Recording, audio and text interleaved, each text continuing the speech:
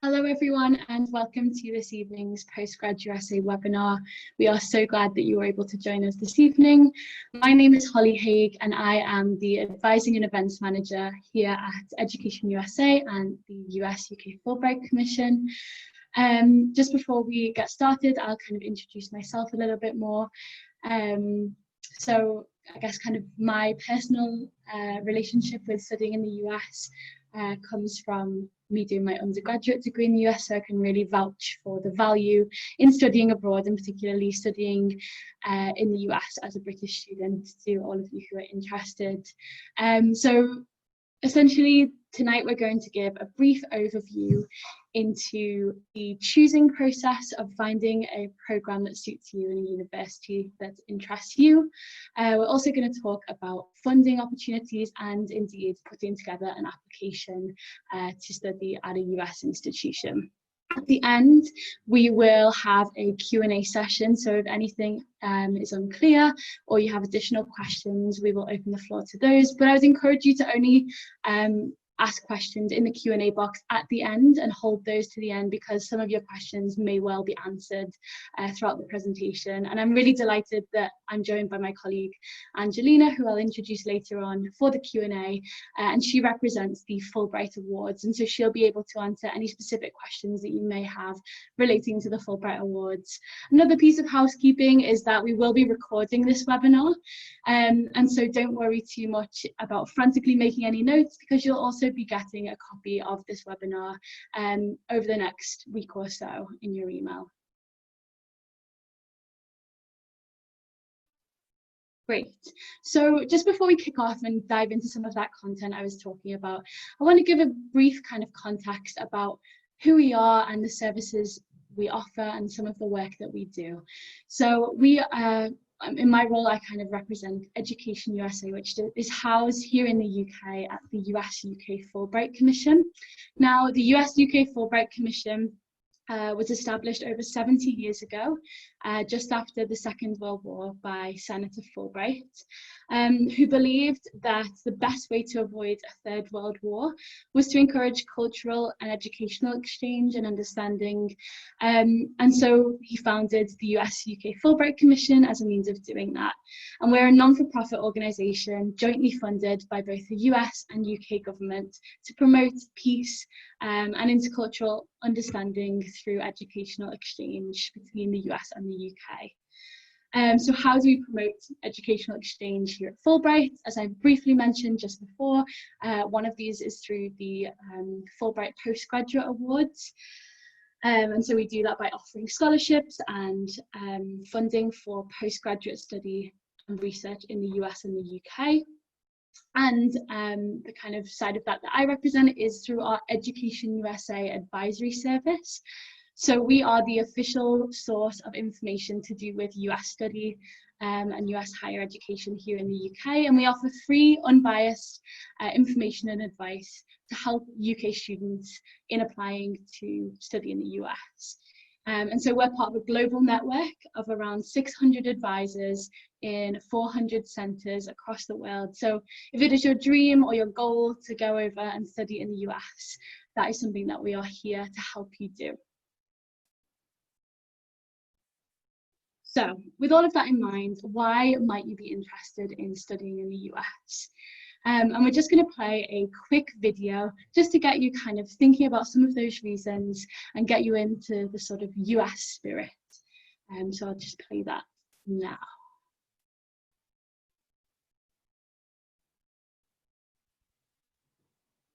Oops. Okay, so I'm having some technical difficulties, which is a great start. So what I'll do is I'll actually send the link to this video out when I send the follow-up to the webinar.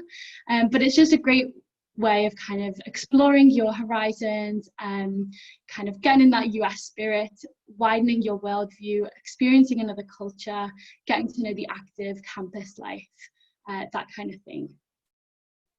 Okay, and so I'll just dive into some of those in a little bit more depth now. So as I kind of alluded to, in the US, there is a wide range of university choices. So there are over 1,700 universities that offer a postgraduate qualification of some sort in the US, as compared to about just 120 here in the UK. So straight away, just in terms of numbers, there is so much on offer, and you can really tailor your university experience to what you want to get out of your time in the US. And there's also a lot of variety within the actual types of institutions, and also amongst the academic departments. And so according to what your field of study is, you can really find a department that suits your individual needs and particular interests. Obviously, it's a brilliant way as well to internationalize your CV. Employers often cite cross-cultural communication and understanding as a really attractive quality in their recruitment process. So then again, once you bring that back to the UK, it's something that's really going to stand out and set you apart in an application pool. Again, it's also helpful to have kind of diverse experience, which kind of illustrate things like independence and trying something bold and new and exciting as part of a study abroad opportunity. There's also this idea of global networking. So studying in the US will give you an unparalleled opportunity to create global networks, not only with American faculty and peers, but also with a diverse range of colleagues from all over the globe that will make up many US universities' campuses. There's also this idea of practical experience, so many opportunities for hands-on research, internships, and even teaching opportunities as part of your postgraduate study. And then this idea that the video, which I wish I could have shown you, was kind of getting at, is this idea of expanding your horizons. You know, living and studying in another country really does open up your worldview and may expand opportunities available to you in the future by having that idea of intercultural understanding and empathy from that experience. And then finally are the offerings for funding opportunities. Now, this may come as a surprise for some of you, but this is a final kind of top reason why we see a lot of UK students interested in US universities. There are a lot of funding schemes and scholarships available at the postgraduate level, and we'll talk about some of those in a little bit more depth later on. Okay. So I now quickly want to run through some of the key differences between the US and the UK that might be important to you, kind of especially as you're doing your research. So typically a big one is the duration. And so typically there are longer programs in the US. So whereas here in the UK, you might have a 1-year-long master's program, it's typically going to be 2 years in the US. And you're usually going to look at between 4 and 6 years for a PhD program, although this may be more or less depending on the particular department and program and things like that. So that's just something to be aware of. You'll also see this idea of integrated masters a lot more in the US. And this will be integrated into PhDs, I should say. So this means that in your first year or two, you'll be doing quite a lot of coursework. So for those who already have masters, this is a brilliant time and great opportunity to really sharpen any skills and gain more experience teaching or doing research as an assistant. And so I'd also just to highlight here that typically that kind of integrated masters is not an optional part of the process of obtaining your PhD, even if you do already have a master's qualification. So again, a great time to kind of delve into some of those kind of skill honing times. I should also highlight here as well that there are no pure research degrees in the US. Typically programs will include coursework at the postgraduate level. There's also no set standard for kind of fees and deadlines. They're really going to vary from university to university and indeed from department to department.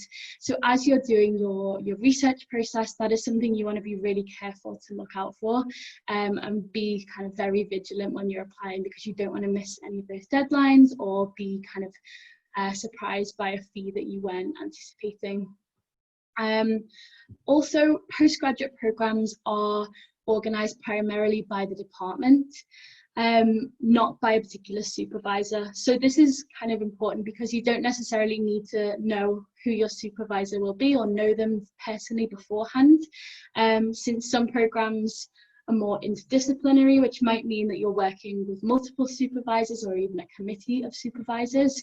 So you don't need to have, as well as part of this, a particularly in-depth research proposal ahead of your studies in the US, because this is something that they expect that you'll figure out throughout the duration of your program, particularly in your first couple of years.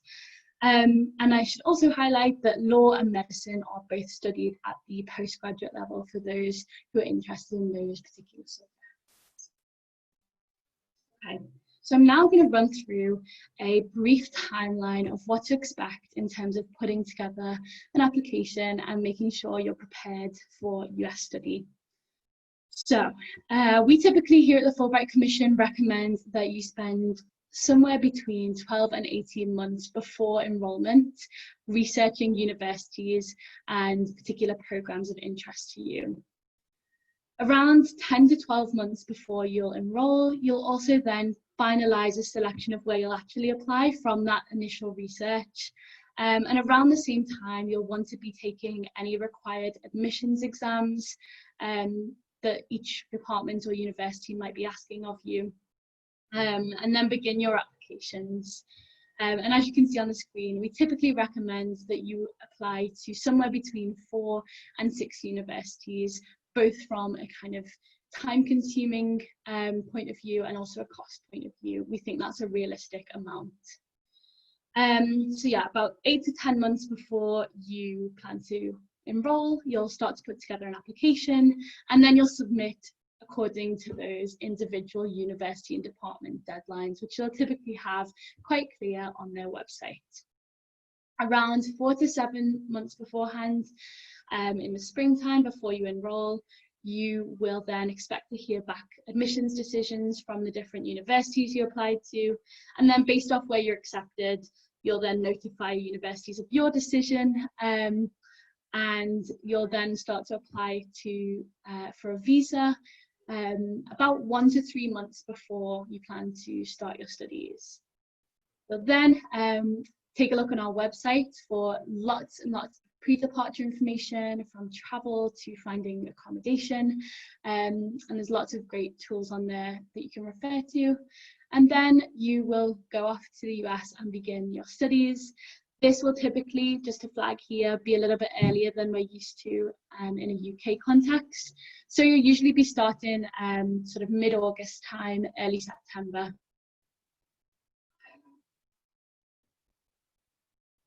So with that kind of overview of some of the big things to expect in terms of putting together an application and some of the reasons why you might want to study in the US in the first place, as I mentioned, there are over 1,700 institutions offering postgraduate programs, so there's a lot of options out there, and each university and department are going to be very different.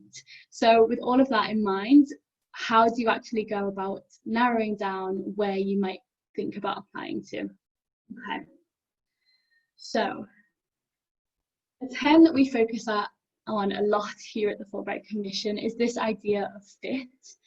And what we mean by this is we want students to find a program that is really going to be the best fit for them and their personal and academic interests.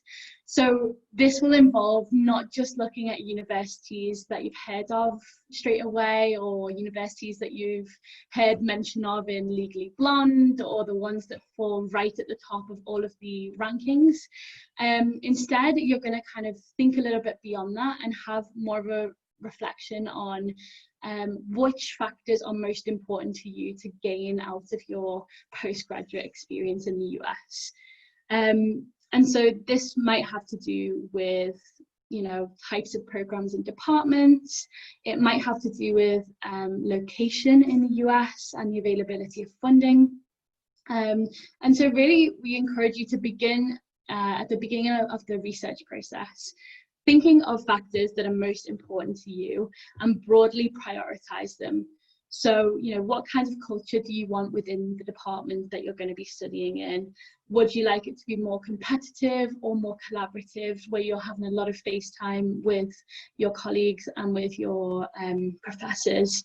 What size of cohort or faculty do you want? Do you think you want somewhere that's really big and you don't really have that close connection with your peers and with your professors, or do you want a very kind of close-knit environment where everyone knows everyone and you work again quite collaboratively? You should also kind of, you know, what areas of research expertise are important to you. Different departments are going to focus on different things, so again, this is something to be aware of and to have a think about.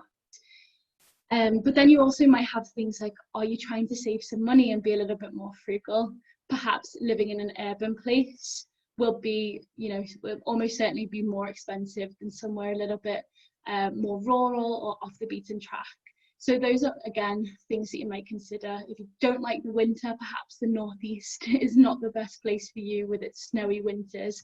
So, you know, just having a little think about some of those factors, and there are endless and they could be very personal to you as well. But as part of this determining your fit, we really encourage you, as I mentioned at the beginning, to think beyond rankings, but think about that variety of factors. And also think beyond the schools that you've heard of and sound familiar over here. Because there are hundreds of really excellent universities out there that you just may not have heard of at the moment because you haven't done that in-depth research just yet. So go into this process with an open mind is probably the best advice that I can give. So again, just to give you some more prompts for the type of factors you might consider, this again could include types of institution. So do you want to be at a public university or a private university? Do you want to be somewhere that's quite research intensive and puts a lot of their time and resources into research? Or do you want to consider a specialist institution which might have a particular focus, for example, in business or in performing arts, that kind of thing? You also will want to be considering program type. So in this, you might be thinking about your career goals, qualifications, and any concentrations you might be interested in pursuing while you're there. Do you want to be, again, in a program with funded internship opportunities, or programs where you can get grant writing experience, all things that you might want to be considering. Then, importantly, particularly at the postgraduate level, sorry about the ambulance, is the academic department. So choosing the right department at the postgraduate level in the US is almost as important as the institution itself. This is because it will really influence so much of your experience in the US. At the postgraduate level, academic department generally handles admissions, designs the course structure for students, and also monitors its students' progress throughout the program. So it's really essential to research the department and make sure you find your academic home, as it were. And we'll talk a little bit more about how you might do that later on. But just to flag that departments can really vary. We've talked about whether they're big, small, close-knit and collaborative, or quite competitive. They can also vary a lot in terms of their opportunities for teaching and research, or availability of conference tickets, internship opportunities. They can also vary greatly by their course offerings and concentrations that they offer. And again, whether they're more tightly focused to a particular subject area, or whether there's a little bit more of an interdisciplinary nature. So really tailoring that to what your interests look like. Then, of course, location, whether you are concerned with the climate, as I mentioned, perhaps you want to be in a more urban place or a more rural place. You might also think about access to transportation, whether or not there's a really strong public transport network where you're based, or whether you might have to look into getting a car while you're there in order to travel around. You may also consider being based in particular centres of excellence for various fields. So, for instance, if you're interested in political science, perhaps Washington DC is a good option for you. Maybe if you are interested in finance, you might look at schools in the New York City area. And again, you also might be thinking about extracurricular activities within this. The US is an absolutely massive country, spans 6 different geographic time zones, so you can really kind of pick elements of that you want to get involved in, or explore the natural beauty that the country has to offer. So I'd really encourage you to have a think about that if that's important to you. And finally is finance. So we'll talk a little bit more in depth about funding later on, but I just want to kind of plug it here, because if funding is important to you, this needs to be part of your choosing process from the absolute beginning. Oftentimes funding, particularly university funding, is allocated and awarded and applied for alongside your university application. So you don't want to only start thinking about funding if it is important to you after you've been accepted and after you've applied, because oftentimes at that stage it's too late, and we don't want for you to be disappointed later down the line. Okay. So with all of that in mind and so many different factors to consider, how might you go about narrowing down your options? So on our website, we actually have a whole section on choosing a university, which includes a list of really helpful resources, including findaphd.com and gradschools.com. So I definitely encourage you to take a look at our choosing guide on our website. But another great resource is actually called Peterson's Guide, and it's really good to kind of decide and rank which factors are most important to you in choosing a university. So you essentially, when you log into Peterson's, you'll answer a series of questions, and the website will create a list of programs that you might be interested in, as well as a kind of links off to their individual websites. So those kind of tools are something we'll dive into in a minute, and I'll walk through an example with Peterson's just to give you a sense of what that platform looks like. But again, some other kind of really great tools in terms of narrowing down your options might actually be leveraging your own personal networks. So perhaps previous professors or colleagues, seeing whether they have any advice or opinions on universities that might be a good fit for you, or might have research opportunities in areas of interest specific to you. Perhaps as well, you've got professionals in your field of work might have particular opinions or knowledge about particular universities in your field.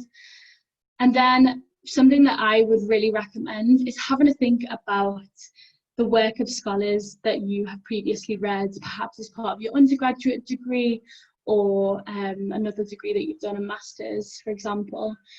Is there anyone that you have read that their work really excites you and really resonates with you, and is doing some research that you'd really like to be involved with? Whereabouts are they teaching? Where are they based? What are their colleagues working on? And so from there, you can kind of build a bit of a picture of some institutions that might be interesting and worth reading into more. And as I briefly mentioned earlier, the kind of main goal is to narrow down your initial research to about 10 institutions or so. So I'm going to walk through, as I said, an example of the Peterson's website and some of the things that you can do on there to narrow down your options. Okay, so again, Peterson's is a great search engine and linked on our website, so you can definitely check that out. And so we'll use this tool to look for graduate level schools and programs in a particular field. So in this case, anthropology. And so when we click through and we do search, all of a sudden we have a list of different schools offering anthropology courses. And then as you can see kind of down here, highlighted particular different universities with departments in anthropology, and it also lists whether or not the school is public or private, the level of competitiveness in its admissions process, number of students enrolled at the particular department, and you can also then go in here and request more information. So you see moderately difficult, most difficult. You get a kind of sense of what's going on at each of these universities. Also down the left-hand side here, you can select a variety of institutions factors, for example, which state it's in, tuition fees, GRE score ranges, and like competitiveness, just to narrow down further so that you're really looking at universities that are realistic for you and fit your kind of profile and what you're looking for in your experience. Okay, so once you've done this sort of first step of the research process, you'll then, once you've got your sort of 10 universities of interest, we'll want to research them further. And the best way to do this is on the university websites themselves, and then actually by reaching out directly to the department. And so, as I mentioned at the beginning, when I was walking through the timeline, your ultimate goal from this further university research is to select between 4 and 6 institutions where you'll actually go ahead and submit an application. So on the university websites, you can find an array of really helpful information, but particularly you can usually find out more information about the faculty. Some will even list CVs of their faculty and their research interests, and sometimes even a list of their publications, which is a brilliant way to kind of get that insight into what the department is going to focus on in terms of content, and where, you know, where to look in terms of how you and your interests might fit into that department. You can also, as well, sometimes on university websites, there'll be a section where they provide specific contact information for professors that you can reach out to. And so you can then maybe get in touch and find out if they're still working on a project that's of interest to you, or get a sense of what their future and upcoming research will look like, so that you can see, okay, well, when I'm planning to go to the university, they'll still be working on this really cool project that I'm interested in. So that's something that that's a place that I really want to apply to. Another really great thing to look out for on university websites is that many have a feature where you can reach out to current grad school students at the university. And so this is really valuable in terms of gaining insight into what it's like to actually study there. You can really ask them any questions and get more of a candid response about what kinds of projects they're working on, how close the relationships are between their peers and the professors. You can also kind of ask things like what the campus culture is like, or you may even ask more broad questions about what the local area is like, any tips on getting good accommodation within the kind of university vicinity, maybe a bit more information about the cost of living and what it typically costs a month to live there, that type of thing. And again, departments can typically put you in touch via email with current students. It's a really great way of determining what it might be like to actually study and live there. Okay, so that was kind of an overview again of the choosing process for finding an interesting program and university for you and determining your fit. Doing that kind of in-depth research and in the choosing process is just so important. I can't stress that enough. When you get familiar with the programs that you're looking at, you can really then go on to put together a really standout and competitive application. And really, especially if funding is a concern for you, it's a great opportunity to make yourself stand out in that application pool and maximise better your chances at securing funding. So the more time you put in during the research stage, the more benefit it will bring you when you come to apply. So in this section, I'm going to walk you through some of the main components of completing an application. So little bit to start us off, what are universities looking for when they are looking at your application materials? First and foremost is obviously academics and the academic fit. So US universities look for academic achievement first measured by your undergraduate or, if applicable, postgraduate degree results and any admissions test scores that they may have asked for.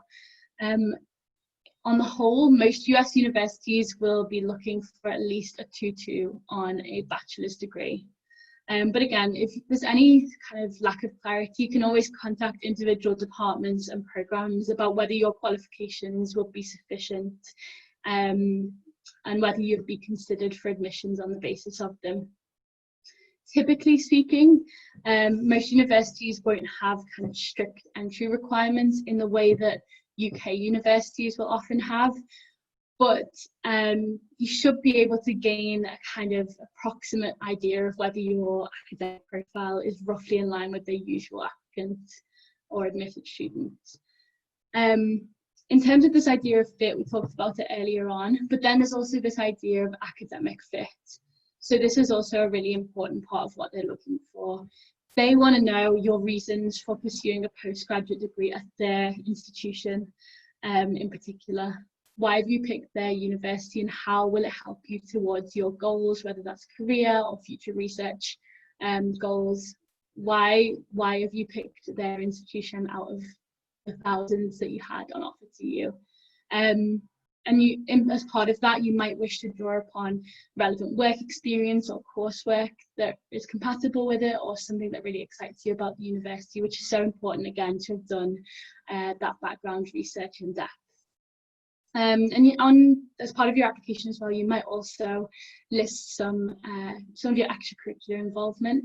This is, again, something that's quite important in the US. US campuses have are very lively and have a lot going on, and so showing that you're involved in things outside of that and how you'd be contributing that to the classroom can have some importance as part of the application process too. Again, just a flag about the kind of relevant work and study experience. US universities will want to kind of see a pattern of that. And kind of laying a strong academic and practical foundations for your studies, as well as your ability and interest both in and outside of the classroom, is just a really important part of what they're looking for from their applicants. And again, as part of this, you also might want to give a little bit of explanation or background as to why you want to study in the US specifically.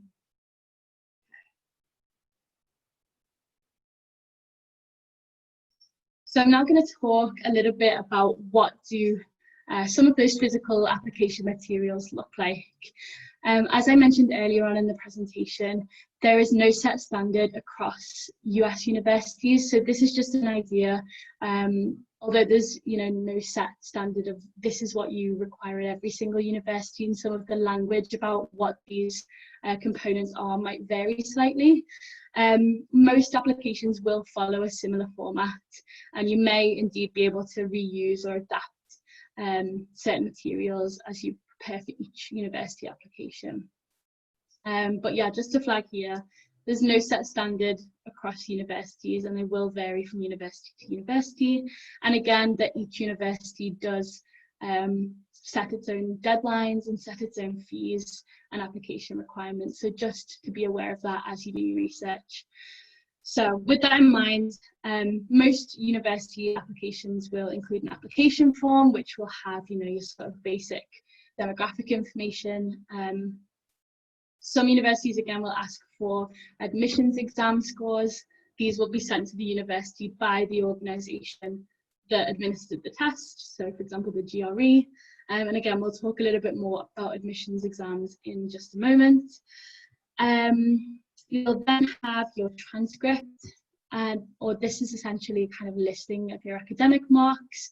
You'll usually ask your department or university from your previous degree programs for kind of an official transcript that will get sent to the university. You'll then have your personal statement, which will describe your academic interests professional and personal goals, and any relevant experience. And it's really an opportunity to put forth any personal history text and really sell yourself to the particular program or department. You'll then have between 2 and 3 typically letters of recommendation. The university may provide some kind of loose guidelines about who they want to be the referees for those. For example, 1 letter from an academic referee and 1 letter from kind of a professional referee. But in any case, you should be choosing people who really know you well, both in and outside of the classroom, and can really speak to kind of your character and your different motivations. So that's just something to flag, is to pick people who know you really well for those recommendation letters. Sometimes then you'll be asked for a CV or resume, which will list your professional and extracurricular accomplishments.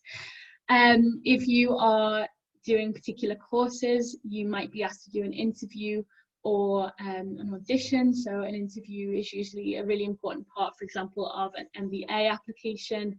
And auditions will potentially come up with things like performing arts. And art students might, for example, be asked to submit a portfolio of their work in terms of submission of work. While students applying for kind of more research-focused degree programs might be asked to submit a writing sample. So this might be a chapter that you're really proud of from your dissertation or something like that. But again, the university itself might provide kind of some more detailed information or instructions on what they want those pieces of work to look like. So definitely want to be checking that out on the university websites or as part of the application process. And finally, again, because we're talking about the US, many universities will have an application fee. This will usually sit somewhere between $50 and $100 per application. So just something to be mindful of and to be budgeting as you start to think about applying. Okay, so how does your academic profile compare to other applicants, and how do universities kind of measure you up as a potential colleague or student in their department? So they'll look at this kind of idea of your academic profile, and this is made up of a few different things. So your grades will be kind of your UK qualifications, as you mentioned. Each university will look at these differently, and on that transcript you send in, it will have a breakdown of kind of the different modules you've done as well as your overall grade. So again, your grades. Then you might have any test scores, so this will be US admission scores. They'll then also look at your research, so this might be kind of any work you've done as part of your dissertation for your undergraduate degree or other degrees. They'll also look at your work experience or professional experience. Again, this is more important for some programs than others. For example, for an MBA, this is an extremely important part of the process, whereas for other programs it might not be so important. And then finally, we've got here the X factor. You might be wondering where Simon Cowell comes into your application. We're not talking about the TV program here. This is kind of the diversity factor, I suppose we want to call it. Anything that kind of makes you stand out. So anything extra beyond that. So perhaps if you are an international student, which most of you will be, maybe you had a really unique undergraduate program, and you can make a very strong case for why you'd bring something, again, niche or different to their department. You know, US universities are looking to have an interesting mix of people and ideas and experience within their programs. So anything that might make you stand out and can just determine where you'll be accepted and competitive for funding, you might want to kind of try to include that within your application. Okay. I briefly as well want to touch upon admissions tests. So admissions tests act as a kind of method of evaluation to sort of standardize a little bit across the playing field, because in the US, both at the undergraduate and postgraduate level in terms of applications, there's no kind of national curriculum. So it serves as a means of kind of seeing where people are at across the board. So to ensure that you're taking the correct test, you really want to and again, to confirm that you even need to take a test, because some departments and some programs don't necessarily require that you take one, you want to be consulting the US university and department websites, all of which that you are planning to apply to really get a sense of whether or not you need to take these admissions tests. And again, pay close attention to the university application deadline, because you'll need to plan your taking your test accordingly, because they're only offered at certain points during the year. So you just want to be really careful of that and make sure that if you are required to do an admissions test, that you're getting those booked in ahead of when you'll be asked to apply to the university. Something we often get asked about is how important are the standardized tests within the admissions decision. Now, this is something that is going to vary a lot. Some universities may not require them at all. For others, it might factor into their decision, but they're more interested in your personal statement and your transcript. It could be that some programs will be more interested in your analytical writing and verbal reasoning scores than how you did on the kind of quantitative reasoning section. It just really does depend. And so as part of your research process, you might ask how much weight it's given at a particular institution. Maybe this is something that you could ask to a current grad student who you reach out to.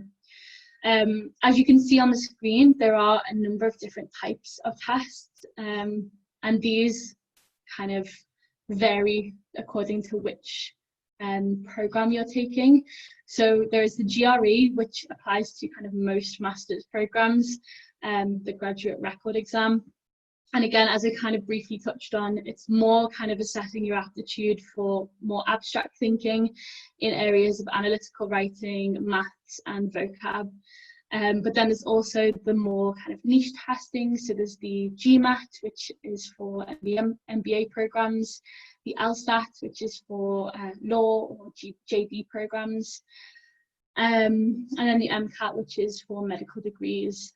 So again, as I mentioned, these tests are quite different to what we're used to in the UK.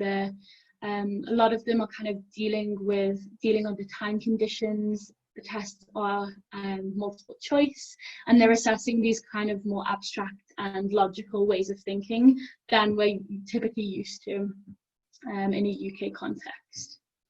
So just a couple of tips in terms of preparing for your tests. We really recommend that you register early for exams. We typically suggest that you try to take the exam by October if you can, because it leaves some time to retake in November and December if you really want to. I also just want to flag here about COVID-19. These testing organisations are trying really hard to make the test as accessible as possible. And so I'd really encourage you to, if you're unsure about the status of a particular test or what will go on, I'd really encourage you to look at the test provider's website, because they're being really on top of it at publishing updates and any tips, especially for international students at this really challenging time in terms of test taking. And then in terms of actually preparing for the content of the test, do properly prepare for the exam.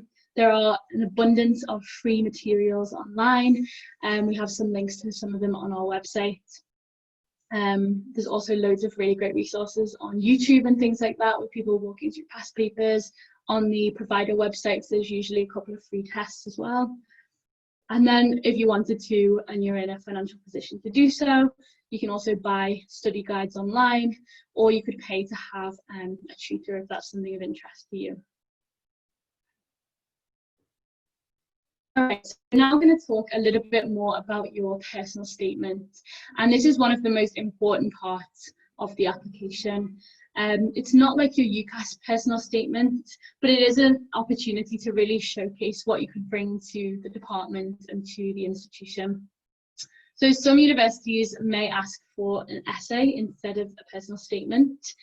Others may ask you to address something specific. So you really want to be careful about checking the university requirements right at the beginning. So the statement can really help reveal the individual's character, motivation, future goals, and any interest in that particular university, like we were saying about the academic fit. So this is really kind of, you know, your time to shine in that sense. What I will say is that there's not really a set structure for writing a personal statement, but you do really have the opportunity to be creative and make yourself stand out amongst the application pool. Some students, particularly American students, will choose to start off with a quote or an anecdote describing how they became interested in their particular field of study. So that's something you might consider if that's of interest to you. Others will use a central theme to kind of link and describe their experiences and future plans for their studies and career. What I just want to highlight here is that this is not kind of an in-depth research proposal. And as I mentioned, some universities might ask for that to be submitted as part of a separate document, where you kind of list your interests and future plans, that kind of thing. At this stage, kind of in the US admissions process, you don't necessarily need to have a clear idea of what it is you want to study, because you're expected to kind of figure this out as you go through your program.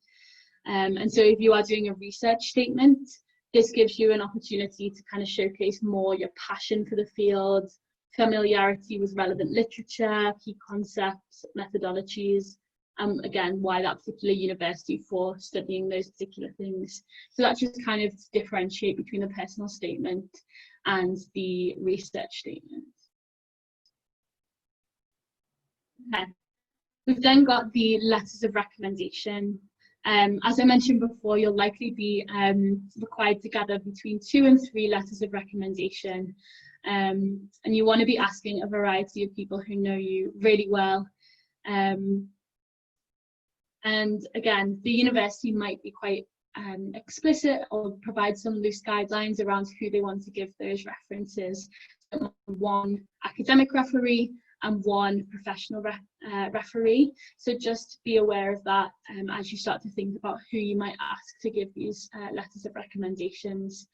But you want to be choosing referees in any case that really complement your application package and each other, so that you get a really good balance of who's talking about what, a balance between classroom and professional, research and extracurricular involvement. So a couple of tips in terms of choosing referees and helping them through the process. I'd really recommend that you meet with your referees to discuss what they're putting in the letter. Important to note here that you might want to give them a copy of your application or your transcript or your CV, just to kind of prompt them along to know which other bits are being mentioned as part of the application, and also to give them an idea of some things they might want to highlight within the letter. You can, tell them your reasons for wanting to pursue a postgraduate qualification in the US or in the particular field, and again in the particular universities that you've highlighted that you want to apply for. And you also, this is really important, and I can't stress this enough from my own personal experience of applying to US universities, is to really stress that make sure that they're aware of the deadlines and paperwork that they need to complete, because obviously they might not be as familiar with the kind of timeline with US universities, so you want to make sure that that's super clear from the get-go. So, these letters of recommendation are really a tool for you, a marketing tool for you as an applicant. And so you can make suggestions to them for the content of the letter, but it's really important to highlight that you actually don't read the letter or see it before it gets sent off to the university. Again, with that in mind, you can direct them to mention certain things.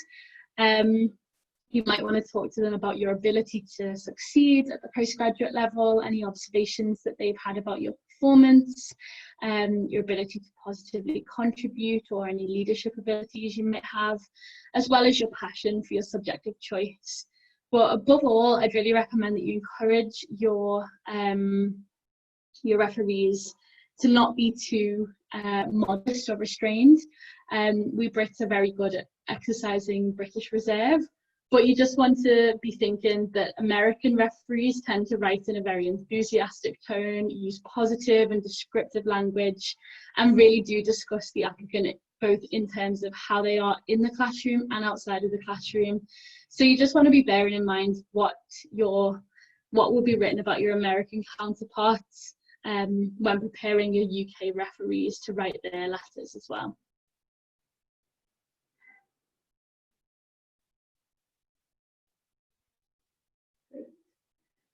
So, just going to grab a glass of water.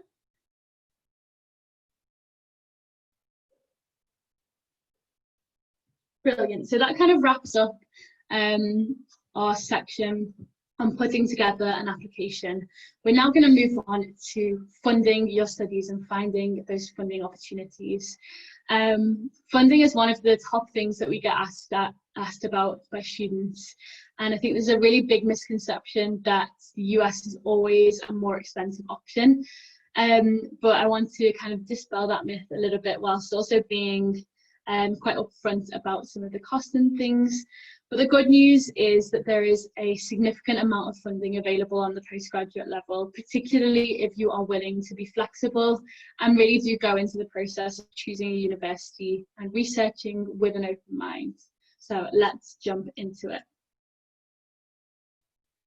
So where is this money that I've been talking about?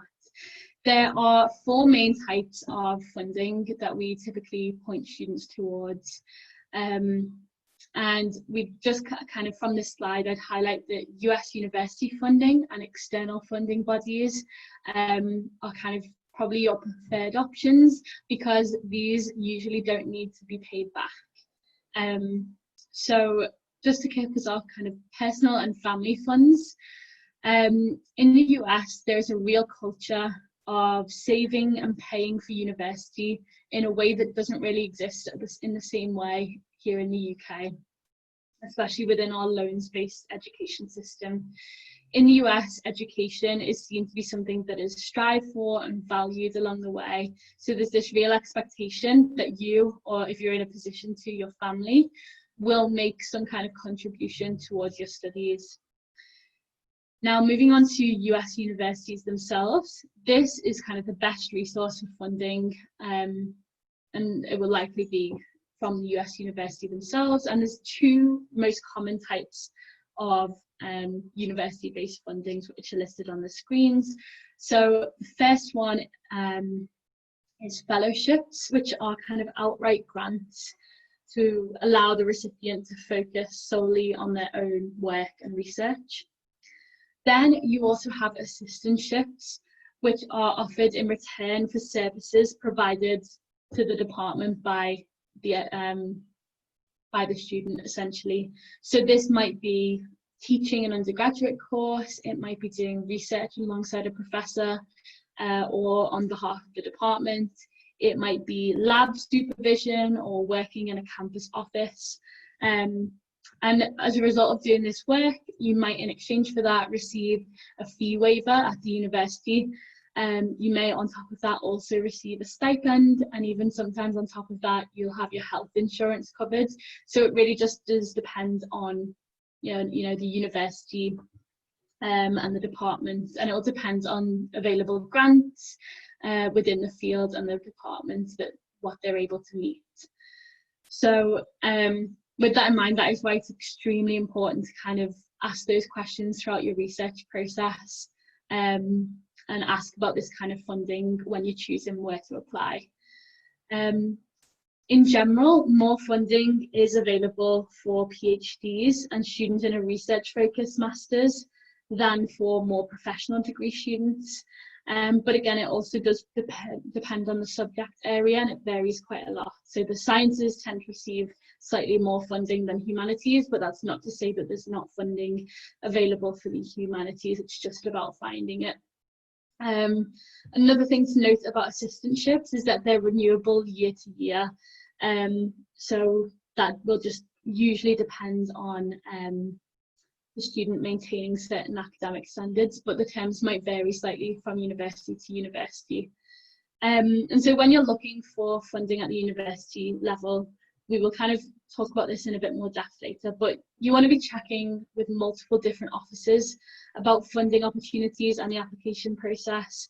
Check with the department, with the graduate school, if applicable, and also the financial aid office, because those opportunities might be advertised centrally or kind of on a department by department basis. So you just want to be kind of covering all ground to make sure you're not missing out any funding opportunities. There are then external funding bodies. These could be seen as kind of niche scholarships. So these are kind of institutions that are separate from universities, and there might be companies, charities, foundations, things like that, who offer funding to students of particular characteristics.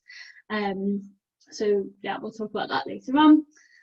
And then finally, loans. We suggest loans are kind of your final absolute resort, and you kind of explore the other options beforehand.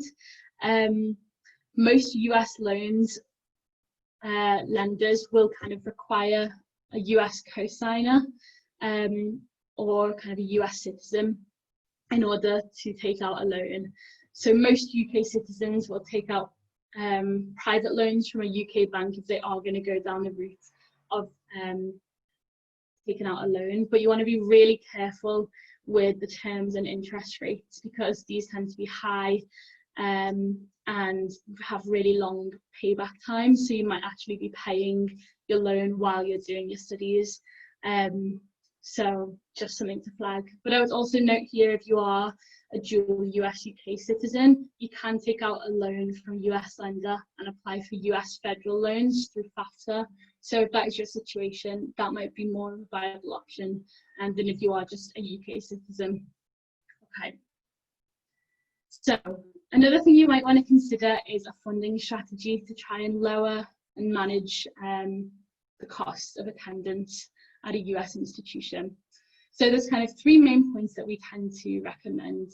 So you could think about lowering the cost of living at the particular place that you're going to study. So rural versus urban, it's the same idea as it would be here in the UK. If you're doing a course in central London, it's going to be a lot more expensive to live there than it would be if you were doing a course in Liverpool, where I'm from. So kind of balancing that factor into it might be something that's really important. You then might also look to universities that have a lower cost of tuition. So public universities, which basically means state-funded universities or state universities, generally have lower tuition costs than do private universities. So that again is something to think about.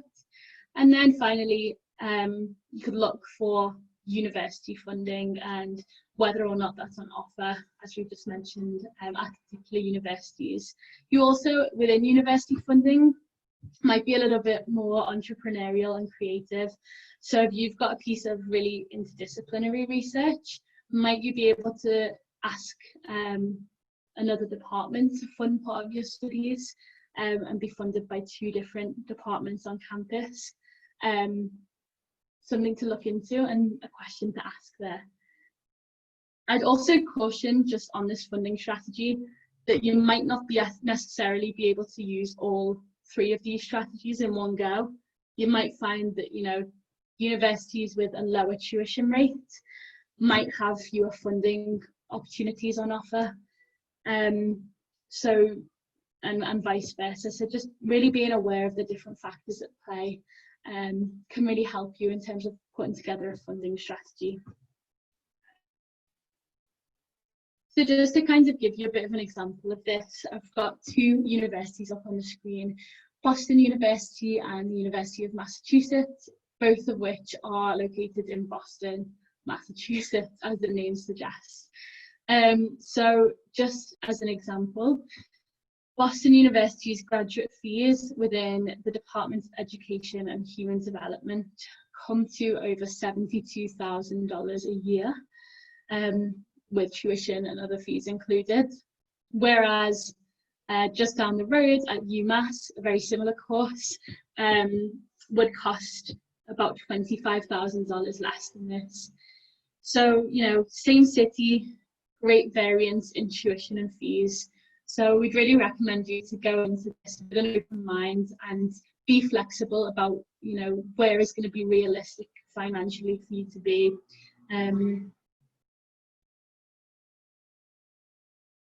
Okay. So again, we want to take a little look at a few more examples of how to identify funding opportunities, particularly for university funding. So again, the best resource, as I mentioned earlier, with kind of researching a university is the university website itself. And the three places you want to be looking at are the department, the graduate school, and the financial aid pages, because not all funding opportunities are advertised centrally. So you want to just be very careful on that. So you just want to be having a look, what do they say? Do they have funding available? A top tip on this is universities will generally try to give you a kind of accurate but more conservative look at how much funding they might be able to offer. And the key to this is if there isn't much information online, that might be an indicator that they can't offer a lot of financial support. But that said, don't let that deter you. If you really do love the programme and are very interested in it, it's always worth getting in touch directly with the departmental administrator or director to ask them. And that will also reflect really positively on you, because it shows that you're taking initiative and that you are really interested in their programme. So don't ever hesitate to kind of get in touch if something's not clear on their website, because they will really appreciate you showing that interest. You then, in terms of funding, want to really think about whether or not you'll be competitive at the institution.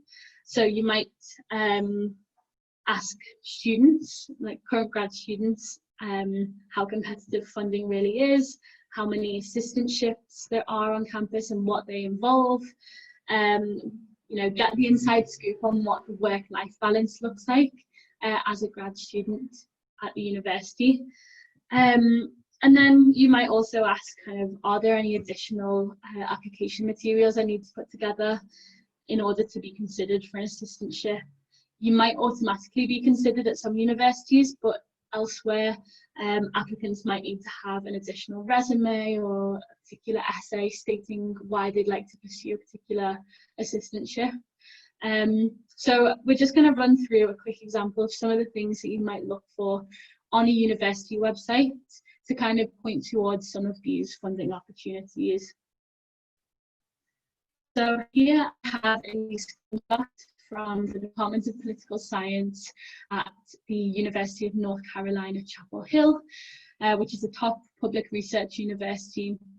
And I've highlighted some of the kind of key points within. You see on the left-hand side, we've gone down to fellowships and assistantships to kind of identify, you know, what is the availability of funding like within this particular political science department. So as you can see, most universities who are generous with funding will make it quite obvious on their websites. So within this Department of Political Science, they note that most students in the department are supported by fellowships and assistantships. It also explains that duties range from 10 to 15 hours a week and lists the type of duties that you can expect. We also see that, you know, eligibility for a variety of competitive university-wide fellowships, it links off to those as well. And we also mentioned down the bottom that Chapel Hill is a town with a low cost of living. So again, right away you can see that this particular example uses kind of 2 to 3 of those points that we were talking about within funding strategy. So you can see that the university has funding on offer, and also that there's a lower cost of living within the university town. So again, these are the types of things you want to be looking out for on the particular universities that you are looking to apply to and learning more about as you research. Okay. So again, there are also these external funding bodies that I mentioned earlier. And one example of this is the Fulbright Awards, which is actually run out of our offices here in the UK. So the Fulbright Commission, as I mentioned at the beginning of the presentation, It's funded by both the UK and US governments. The mission of promoting mutual understanding through educational exchange. So funding is available for UK students to study and conduct research in the US and vice versa at the postgraduate level. So the number of awards on offer fluctuates year by year, but the deadline is in early November for the enrolment for the following academic year.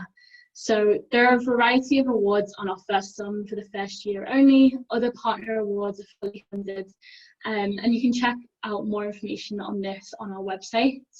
And also my colleague Angelina is kindly joining us for the Q&A, so she'll talk a little bit more about the Fulbright Awards programme, and we'll be happy to take some of your questions when we ask for them at the Q&A section.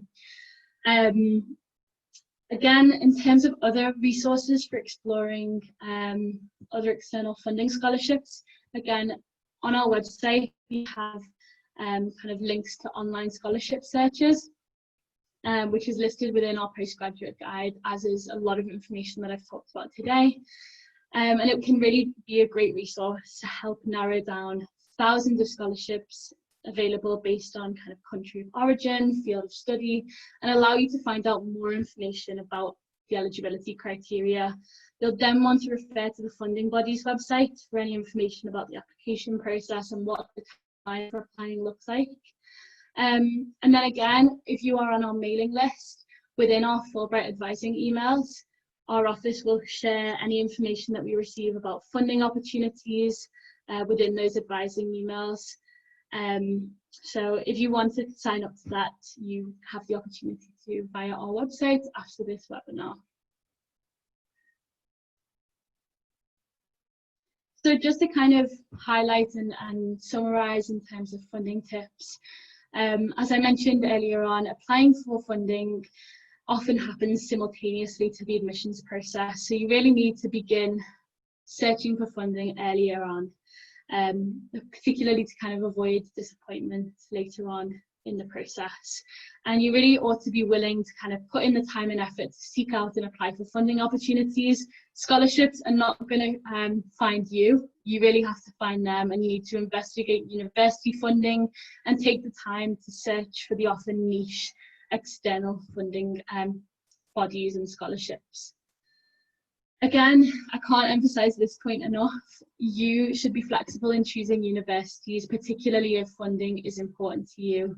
If it's essential for you to receive funding in order to complete postgrad study, choose departments that have a lot of funding opportunities, or where you are, a really competitive cream of the top applicant. And usually as a guide for this, universities will have exam scores and grades of last year's admitted students, which you can refer to just to gauge kind of where you sit within that. Again, being really clear on what the costs look like, whether that's in terms of application fees or visa fees or applying for tuition, getting a sense of what those upfront costs look like. And asking students how competitive is funding, getting a sense of what the cost of living is from current students, whether or not you need a car. You can kind of get that sense in your research process of what those upfront costs might look like, and make a decision about whether that's a good fit university from you.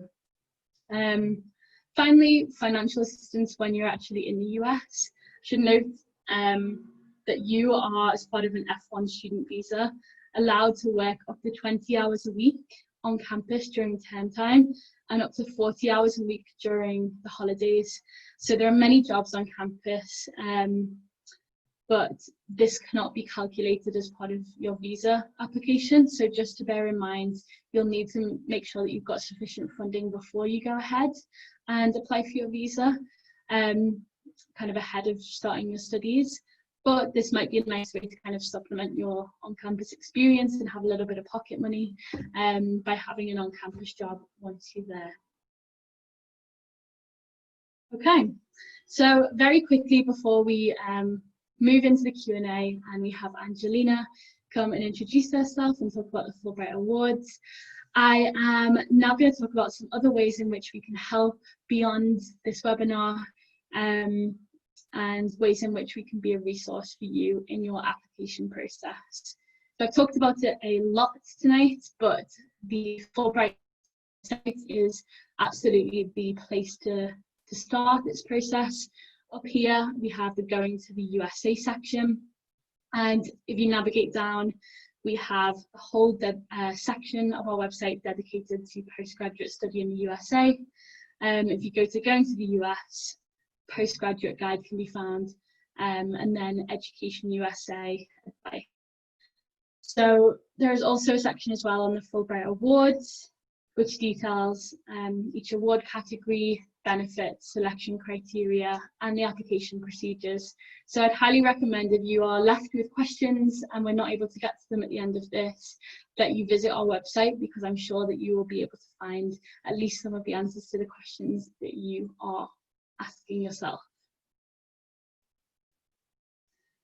Then we also take questions by phone and email.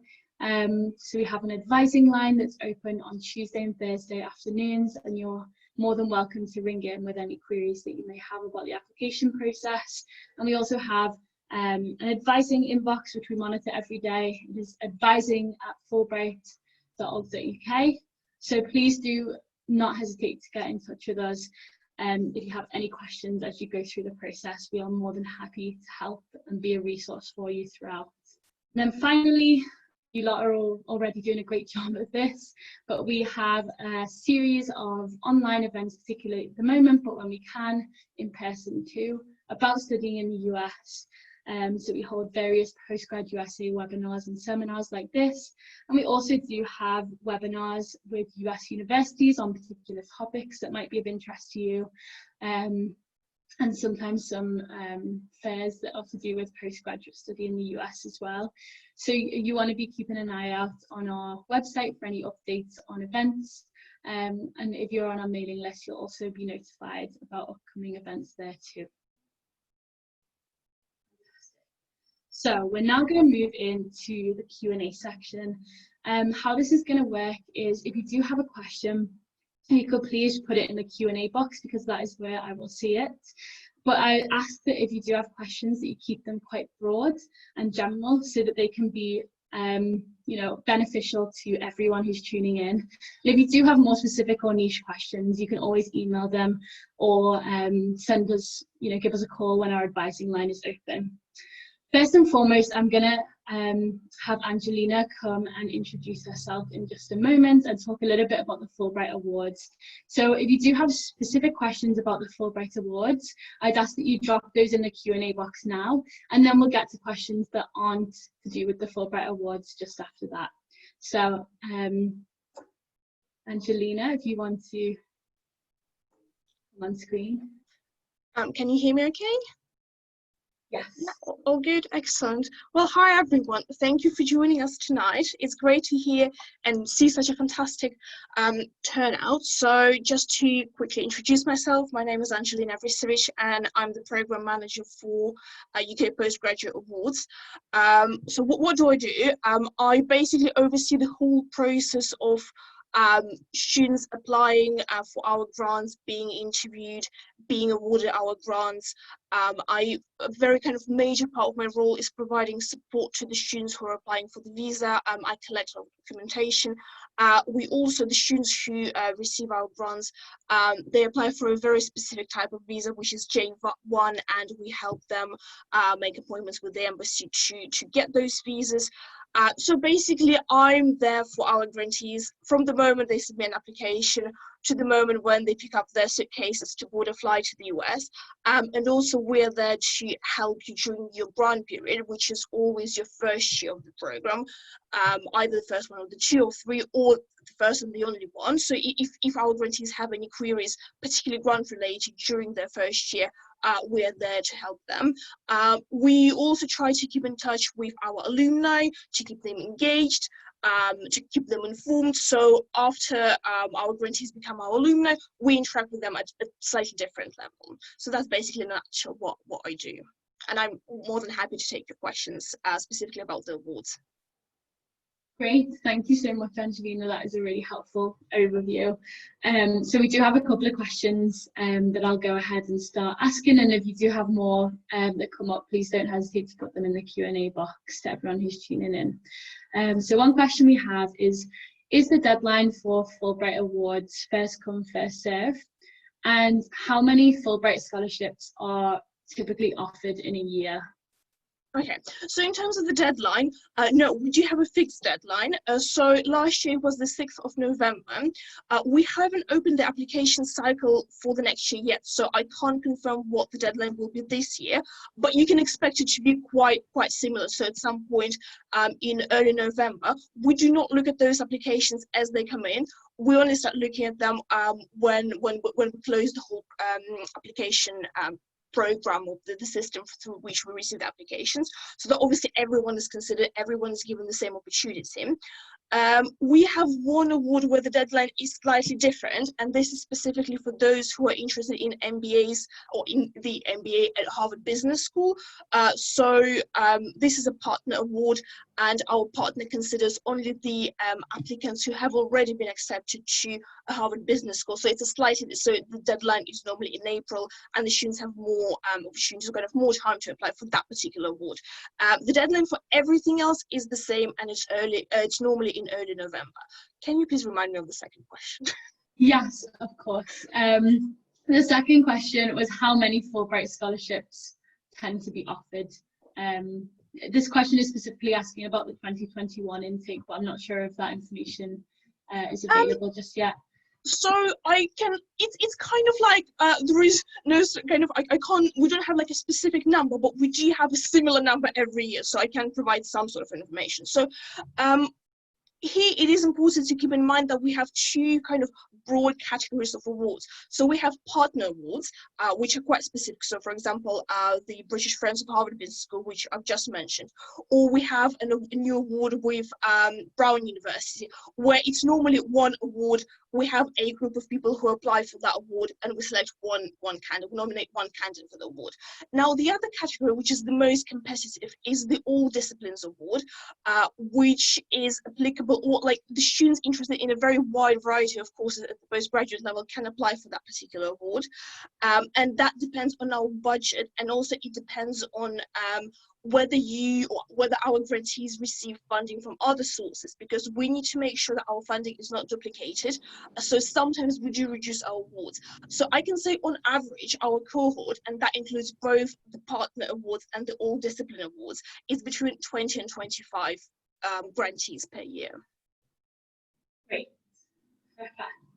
So another question we have is, can you give us a sense about how Fulbright programs might be affected by COVID-19? Well, I can tell you how we've been affected so far. We've been very busy dealing with everything. So we do receive a lot of guidance and guidelines from the US, and this is something we have to react to. Now, our plan is, so the program is, in terms of us sending UK students to the US, it's still going ahead, fingers crossed. So I'm at the moment working a lot on visa paperwork, despite the fact that the embassy is closed at the moment. We do hope that the embassy will reopen soon, and we will be able to, or our grantees will be able to get their visas, and that, you know, the travel ban will be lifted, and the students will be able to go to the US. We are kind of have contingency planning in place for the situation where students will have to start their courses from the UK, basically studying virtually. And we are, as a commission, we will be supporting our students, and we do hope that they will be able to go to the US later in the academic year. And obviously, as far as the next cohort is concerned, I mean, the 21-22, obviously we hope that everything will be fine, everything will have normalized by then, and that, you know, we will be able to organize all kind of the events and all kind of all the fun things, in addition to obviously getting your visa and submitting all documentation. Fantastic. Another question we have here is, which is more important in terms of applying for the Fulbright Awards, being academically strong or being all-rounded in terms of your extracurricular involvement and kind of community engagement? Okay, well, that's a good question. Obviously, we get asked about the kind of what students need to do to get the award quite often. So our awards are very, very competitive. So being kind of academically excellent is sort of like we expect of our applicants regardless. So this is kind of the starting point. Now, because a lot of our applicants are academically excellent, we are obviously looking for other things. And Fulbright is not just yet another scholarship opportunity. We're obviously quite specific in terms of what we're offering and what we're looking for. So it is it is very important that you can demonstrate your leadership skills, your ambassadorial qualities, your kind of engagement with other cultures so far, and your willingness to learn from, you know, new cultures or something you haven't experienced before. And obviously we want to kind of learn and to know why you think you need to be doing your degree specifically in the US. So we are looking, while academic excellence is in a way essential. All of our grantees are, you know, excellent academics at their own academic level. This is not going to kind of make or break it. So we would do expect for other things to be demonstrated in your application during the interview process as well. Sure. Okay, let's see. Within the Fulbright Awards, which would offer full tuition from multiple years of study? Would it be the All Disciplines Award or other specific awards? Well, first of all, I would encourage you to go and do some research. And secondly, the All Disciplines Award does not offer full so it's a scholarship, so it's a specific amount of money, and it's up to you whether you spend it on, or whether you use it to pay your tuition fees, or whether you use it to cover your living costs, or both, or, you know, whatever. You basically decide how to use the money. We do have a number of what we consider fully funded awards. For example, that is a PhD award, but that would be at Brown University, where you have a full tuition waiver, a health insurance, dental insurance waiver as well, and you get a stipend. We have an award at Minnesota University, where it's a full tuition fee waiver. So yes, we don't have that many awards which would be considered fully funded, and some of them will be sort of discipline specific. So if you are interested in doing a PhD at Brown University, in a way you can consider this a fully funded award. If this kind of doesn't work for you, then obviously you will be looking for other options. Definitely. Okay. Someone else has asked, can you apply for a specific award and the All Disciplines, or only one? Unfortunately, it's only one. But is it right that if you apply for one specific award, you'll also be automatically considered for the the All Disciplines if your application in your particular award is unsuccessful?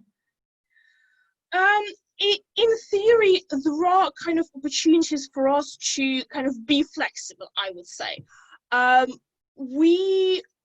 It's probably more likely to work the other way around, depending again on the quality and the number of applications we receive. But for example, this year, or for like the 2021 intake, we literally received hundreds of applications for our All Disciplines Awards.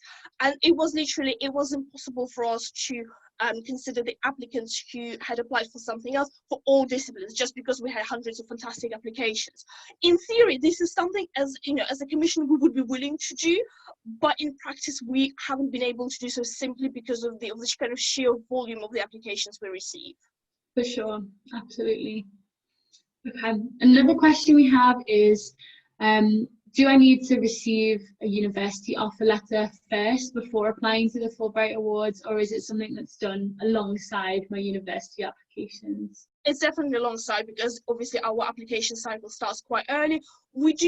A very important part of your application is being able to demonstrate that you've done your research. This is something Holly obviously has covered in depth, in terms of we want to know why you want to go to that specific, or to those 3 specific universities, why you're interested in their programs, their faculty members, you know, whatever it is that attracts you. So it absolutely has to be in your personal statement. But most of our applicants have applied at the kind of, by the time they get to the interview stage. Some of them already receive offers by that time, but it doesn't necessarily have to be the case. Yeah. I guess you kind of mentioned this one there. would I be required to do an interview for the Fulbright Awards for, in this case, a scientific PhD? And that's yes, yeah, you we would. interview all candidates. Another really interesting question. I am a European citizen residing in the UK with pre-settled status. Would it be possible for me to access the Fulbright Awards? That is a very interesting question, and I love asking my manager this question. Yes, the short answer to this question is yes. Now, we are working on sort of producing, given kind of the whole Brexit situation, we are working on producing a bit more specific policy to make it sort of clearer to applicants where they are. Now, at this stage, what we're looking for is sort of your ability to demonstrate that you have sort of built a life in the UK already, and that you're planning to come back to the UK after your studies in the US to sort of use your skills you will have acquired in the UK, so for the benefit of the UK in a certain way. Now, sometimes when it comes to the kind of first part of it, sort of demonstrating that you've built a life in the UK, it can be a bit problematic because we often get inquiries from the students who have come to the UK to do a bachelor's degree. They're interested in a master's in the US, and they've contacted a commission in their home country, and the home country commission is telling them, well, no, you can't really apply for us because you're doing your bachelor's degree in the UK. And if this is the case, I think Italy does that, potentially Greece. If that is the case, then if you're able to demonstrate in your personal statement that you're planning to come back to the UK and kind of continue your work here, we will definitely consider you. Perfect. Question here kind of in terms of some of the materials that are needed in terms of applying for the Fulbright Award. So the question says, you know, I was mentioning earlier some of the required documents and tests that you need to submit as part of a university application, but are those also required in terms of applying for a Fulbright Award? So in terms of testing, this is not something we look for. So that's kind of up to university to decide whether your academic standards are sort of high enough to be accepted. Now, our application package is the Fulbright application form. You are also expected to submit a personal statement and a research proposal. Obviously, those who are applying for, let's say, PhD or visiting researchers, their research proposal is at a very different level, and this is what is expected of you. So we do appreciate the fact that we receive applications from very different candidates. And then in addition to that, we ask for 3 references. Really interesting question here. Do you take into account diversity or social mobility when making awards decisions? And do you have any advice for applicants who are in this situation in terms of maybe standing out as part of the admissions pool? Well, yeah, that's a very interesting, that's a very important question, and it definitely echoes kind of the work we've been trying to do recently, somewhat successfully. So in terms of the diversity, it does depend on kind of how you define it and what factors you have in mind. From my personal experience, I can honestly say that we haven't given an award to anyone simply because of kind of their something which is not related to the application in terms of the academic strength or kind of the qualities we're looking for.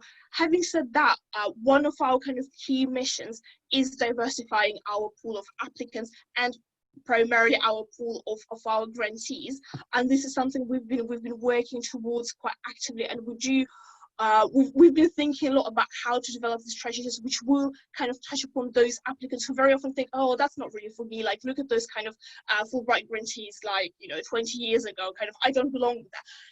If you feel that this is you, please apply. I do want to have an application from you, because I really, we all as an organization obviously want to, as I've said, to be interesting and kind of be attractive to people coming from all backgrounds, all walks of life. Yeah, absolutely.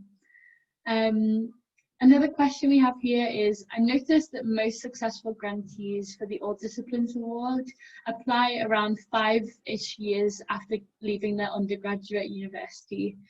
Am I at a disadvantage as an applicant if I am applying to enroll immediately after my undergraduate studies end? Not at all. I mean, we do get different numbers and different statistics after each kind of interview round. But this year, we've actually had quite a lot of grantees who are in sort of like 1890s, sorry, who have just finished their bachelor, so they're in their sort of very early 20s. And the answer to your question is not at all. Great. Here we go. 1 second. We've got a couple of questions about the interviews for the Fulbright Awards. One is, when do these tend to occur? Like, what's the kind of timeline like for applying for Fulbright Awards? And then another question is, how can I kind of prepare for an interview if I'm offered one? Yeah, so in terms of the timeline, so we tend to close applications in sort of early mid-November. We send out interview invitations, I want to say, by the end of January, because we start interviewing in February. We give our students at least 1 week to prepare for the interview. We spread interviews over 2 weeks. We also go to different places in the UK. So we hold interviews obviously in London, but then we also do Belfast, Edinburgh and Cardiff. And then we notify everyone of the outcome within about 2 weeks. In terms of the interview preparation, we do sort of, the interview consists of 2 parts. We do provide quite specific guidance when it comes to the first part of the interview. So you're kind of given a task and you have time at home to prepare for that task. And then the other part of the interview is questions from the panels.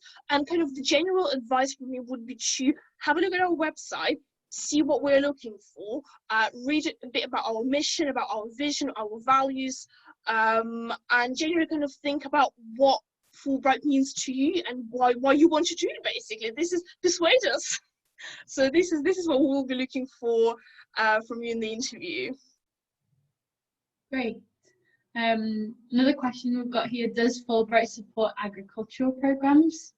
I imagine yes, as part of the All Disciplines Award. Yeah, we don't at the moment. We do not offer any agriculture specific awards, but as Holly has just said, as part of the All Disciplines, you could definitely apply as long as it's one of the courses which the All Disciplines Award covers. So there is a bit more information on our website about like the specific courses in terms of like their level and duration, which are suitable.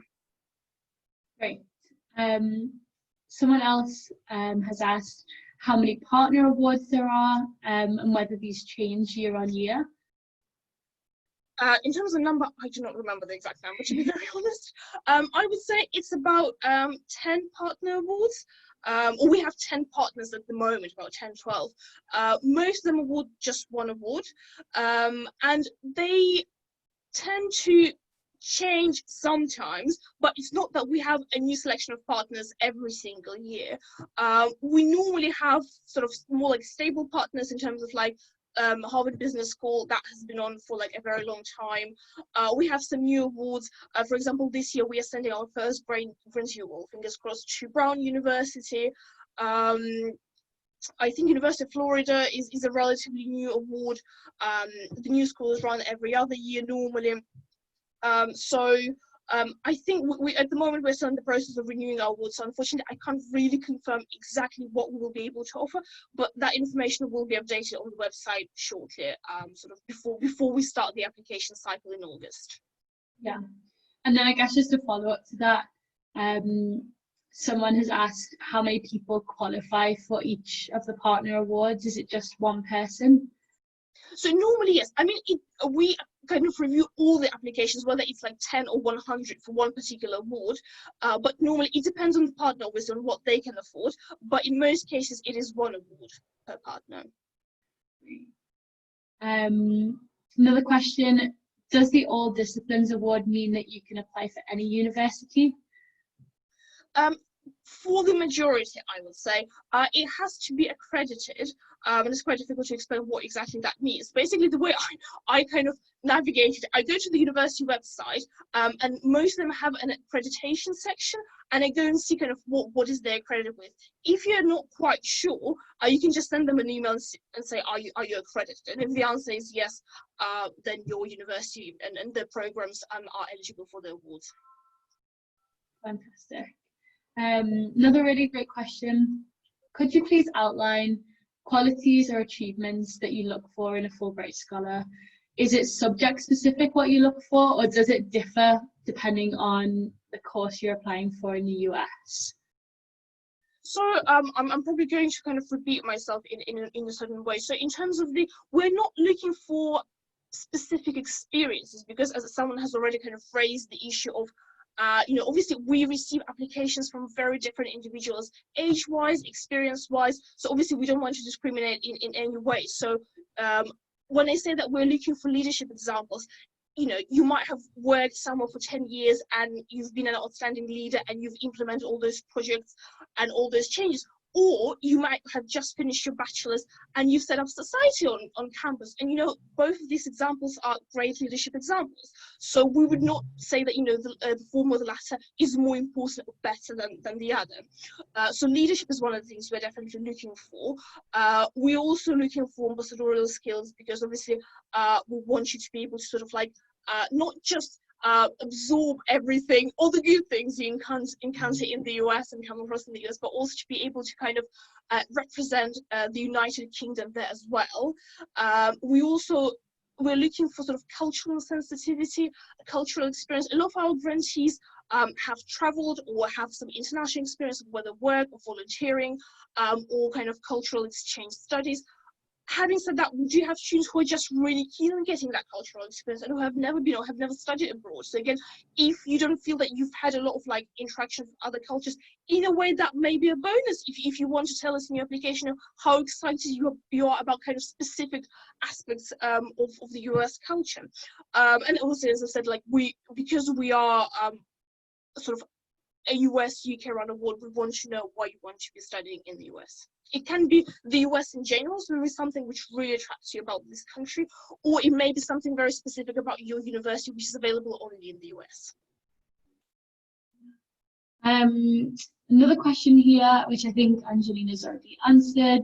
Which would you apply for first, Fulbright Awards or the US university? Those are kind of simultaneous processes, so you'd apply to both alongside each other. As long as you know what the deadlines are and you know that it's fine. Yes. And then a kind of similar question on the same lines of this is just to clarify, would we need one personal statement for Fulbright and then a separate but similar one that we send off to our universities? So I guess, yes, they're two kind of different application processes. It happens to be the case that you can submit the same to both. Neither is going to know that. It may be not the best data if we are asking for different things, but I will never know what sort of documentation you are sending to the US university, and they will never know what you're providing to us. So, but as Holly again has kind of mentioned, there is a high possibility of the university asking something very specific and different from what we are asking. So kind of pay attention to that. Absolutely.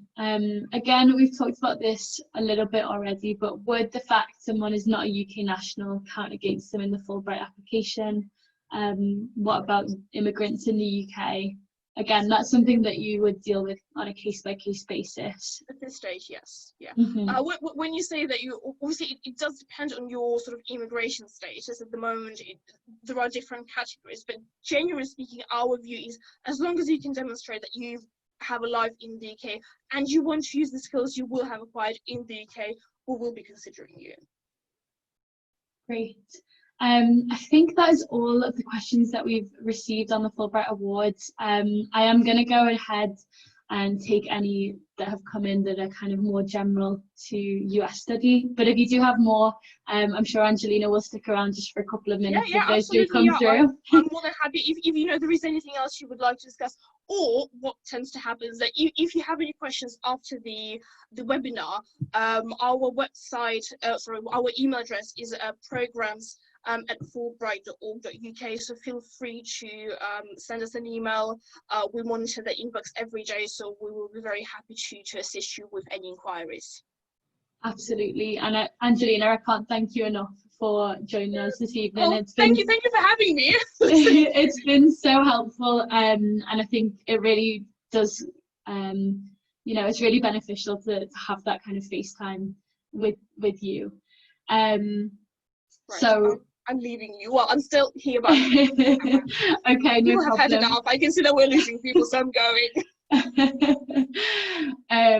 Great, and we're happy as well when I send out the follow-up information, including the recording of this webinar. I'll also attach to that email the video we missed at the beginning with the technical glitch and the programmers at Fulbright.org.uk email. So you can send any questions through to there if those do crop up. So a couple of questions that we've had that are more generally to do with studying in the US. Do you at Education USA answer queries from non-UK students about graduate studies in the US? Yes, we offer advice to all students based in the UK, regardless of kind of citizenship, about studying in the US and that application process as an international student. How do we sign up to get email notifications about the Fulbright Awards being open? Again, you can sign up to be on our mailing list on our website, and also on our events page on our website there will be an event nearer to the time about when Fulbright Awards applications open, so you can keep a tabs on that page as well. Okay. Do USA universities, when they interview, usually take place in the US or via Skype? Obviously, this will depend greatly on the particular university. At the moment, with COVID-19, they are more than likely to take place virtually, and particularly as an international student, the university will often make some accommodations for that. But it will just depend on the course and how closely they want to get to know you as part of their admissions process. So again, that will be made clear according to the particular department and institution that you're applying to. Someone has asked, what are majors and minors in degrees, comparing them to UK modules? So I think this is actually referring to like an undergraduate course. Majors and minors are usually part of undergraduate degree programs in the US, whereas at the postgraduate level you will be focusing usually on one particular subject area, and you might have a particular concentration within that. I hope that answers your question. If it's not a clear answer, do send some clarification in the Q&A box where I'll be able to see it. Okay. Someone has said, I have a disability and I'm interested what kind of support is available and how I'd be protected in law.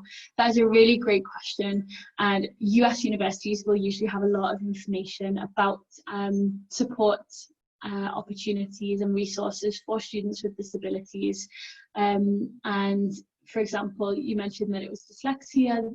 A lot of universities will have kind of accommodations and things like that in terms of their testing and assessment processes when you are a student there. So I'd really recommend checking out the university website for any information on that. Usually just using the search bar, we'll be able to pull some of that information up for you. Is there a point proceeding with applications if your admissions tests don't go as well as expected? Okay, that's a great question.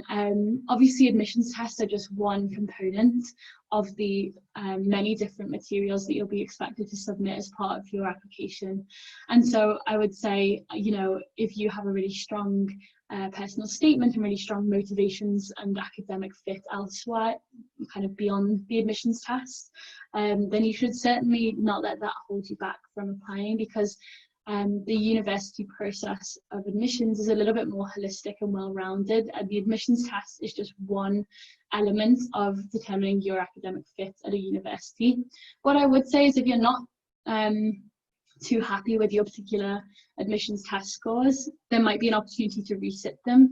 And you also want to be, again, in your research process, looking to see how much the university values admissions test within their application process.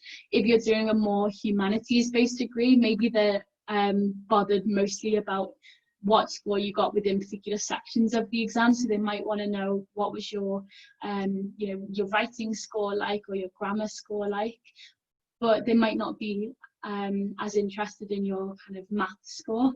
Whereas for a STEM course, it might be the other way around. So have a think about that, and I wouldn't rule out applying just because the score didn't go as planned. Can you work in the USA while studying in order to support living costs? Great question. As I mentioned, the F1 student visa will allow you to work up to 20 hours a week during the semester, and up to 40 hours a week during the kind of summertime or non-term. So you definitely can get an on-campus job to kind of supplement some of those cost of living pieces if that's of interest to you. How would US institutions assess UK or European degree results, as they are class-based and quite different from the US GPA system? Great question. Again, each US university is going to have a lot of familiarity with how the grading system here in the UK and Europe work, so don't worry about that too much. We always recommend that you never kind of try to convert your UK grades into an American GPA, because each university will have its own system of doing that and kind of seeing how your grades stack up against the kind of GPA. So don't worry too much about that. Each university will know about UK grades and will have their own way of assessing that internally. I'm just conscious of time because we are running over slightly, so I'll only have time to answer just a couple more questions. And if I don't get to your question, I'm really sorry. But if it's still kind of pressing, please do not hesitate to send us an email or give us a call when our advising line is open. I'll be more than happy to assist you. Okay, what happens if partway through studying in the US, I have to return to the UK for one reason or another? Would I still be liable to pay fees? That is a really great question, and again is one that's going to vary significantly from university to university. Typically, you'll be paying for the year on a kind of yearly basis rather than for your whole degree when you start. So it might be that if you've started a semester, you might have to kind of carry on paying for that semester, but again, really worth checking in with the individual universities on that, because it will vary what their policy is and how flexible they can be on that, and whether or not, for example, any funding that you might have might be able to get carried on to another semester if you have to take some time off. That will just depend on the university and the department and how much funding they're able to offer.